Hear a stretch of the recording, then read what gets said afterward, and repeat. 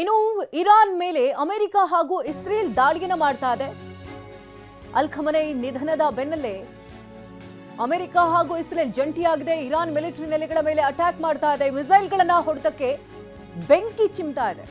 ಜೀವ ಭಯಕ್ಕೆ ಕಿರ್ಚಾಡ್ತಾ ಅಲ್ಲಿನ ನಾಗರಿಕರು ಪರದಾಡ್ತಾ ಇದ್ದಾರೆ.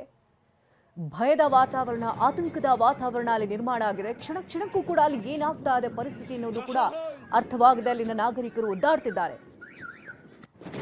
ಕಣ್ಣು ಹಾಯಿಸಿದ ಕಡೆ ಎಲ್ಲ ಮಿಸೈಲ್ಗಳ ದಾಳಿ ಆಗ್ತಾ ಇದೆ. ದೊಡ್ಡ ಮಟ್ಟದಲ್ಲಿ ಬೆಂಕಿ ಆವರಿಸಿಕೊಳ್ತಾ ಇದೆ. ಹೊಗೆ ಇಡೀ ಊರನ್ನೇ ಸುತ್ತಕೊಳ್ತಾ ಇದೆ. ಮನೆಯಿಂದ ಹೊರಬರೋದಕ್ಕೂ ಕೂಡ ಜನ ಭಯಭೀತರಾಗಿದ್ದಾರೆ. ಯಾವ ಕ್ಷಣದಲ್ಲಿ ತಮ್ಮ ಮನೆಗಳ ಮೇಲೆ ಮಿಸೈಲ್ಗಳು ಬಂದು ಬೀಳುತ್ತೋ ಅನ್ನುವಂತಹ ಜೀವ ಭಯದಲ್ಲಿ ಅಲ್ಲಿ ಓಡಾಡಬೇಕಾದಂತಹ ಪರಿಸ್ಥಿತಿ. ಇರಾನ್ ಮೇಲೆ ಅಮೆರಿಕ ಹಾಗೆ ಇಸ್ರೇಲ್ ನಿರಂತರವಾದಂತಹ ದಾಳಿಯನ್ನು ನಡೆಸ್ತಾ ಇದ್ದು, ಇರಾನ್ನ ಮಿಲಿಟರಿ ನೆಲೆಗಳ ಮೇಲೆ ಇದೀಗ ಅಟ್ಯಾಕ್ ಅನ್ನ ನಡೆಸಿದೆ. ಮಿಸೈಲ್ಗಳ ಹೊಡೆತ ಯಾವ ಮಟ್ಟಕ್ಕಿತ್ತು ಅಂದ್ರೆ ದೊಡ್ಡ ಮಟ್ಟದಲ್ಲಿ ಅಲ್ಲಿ ಬೆಂಕಿ ಆವರಿಸಿಕೊಂಡಿತ್ತು. ಜೀವ ಭಯದಿಂದ ಕಿರುಚಾಡ್ತಾ ಜನ ಓಡಾಡಬೇಕಾದಂತಹ ಪರಿಸ್ಥಿತಿಯಲ್ಲಿ ನಿರ್ಮಾಣ ಆಗಿದೆ.